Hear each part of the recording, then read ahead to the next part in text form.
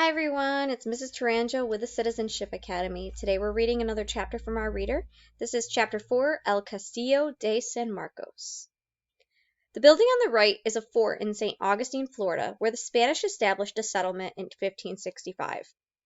It is the oldest continuously occupied European settlement in the United States. You can visit there today and still see the old building standing. This fort was built by the Spanish in the 1600s. It is called El Castillo de San Marcos. That is its Spanish name. Its English name is the Castle, or Fort, of St. Mark. El Castillo de San Marcos was not the first fort the Spanish built in St. Augustine. The Spanish built 7 or 8 forts before they built this one, but these earlier forts were made of wood and were not very strong. Some of them were destroyed in wars, others were wrecked by hurricanes. In 1672, the Spanish decided to build a new fort. This time, they decided they would use stone to make it strong. The inside of the fort is shaped like a square. On each corner, there is a bastion shaped like an arrow. A bastion is a raised gun platform.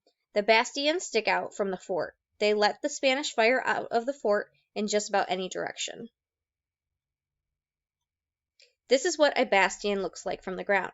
Imagine you're a soldier. Would you like to attack a bastion like this? How would you do it? If you tried to get close, Spaniards on top of the bastion would open fire. They would shoot at you with guns and cannons. If you got close enough to set up a ladder, the men in the fort would tip it over. They might drop hot oil on you. Ouch! You could try to attack with cannons, but the walls of the fort are thick and strong. A few cannonballs would not harm them, but don't forget, the Spanish had cannons of their own. They would fire back at you, and you would not have thick stone walls to hide behind. A bastion. Can you guess what the walls of El Castillo de San Marcos are made of? Believe it or not, they're made of seashells. The Spanish use a kind of rock called coquina. Coquina is a mixture of fossils and shells.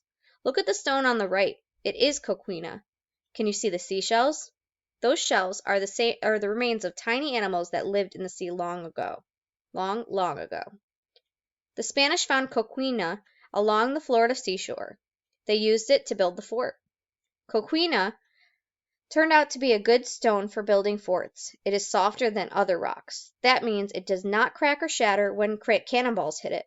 A cannonball might make a dent in the coquina wall, or it might be absorbed into the wall, but in most cases, it would not crack the wall. Coquina. The fort was surrounded by a moat. It is no longer filled with water. It is now a dry moat. There is only one way into the fort. You had to enter a mini fort that stood just in front of the main fort. This mini fort was called the Ravelin. A bridge led from the Ravelin across the moat and into the main fort. The last part of this bridge was a drawbridge. It could be lifted up to keep people from getting in. It was not easy to open the drawbridge. It took 5 men 15 minutes to open it. In this image, you can see the bridge that leads into the fort. It is on the left. El Castillo de San Marcos was a strong fortress. It was attacked many times, but it was never captured. The drawbridge leading from the Ravelin to the main fort.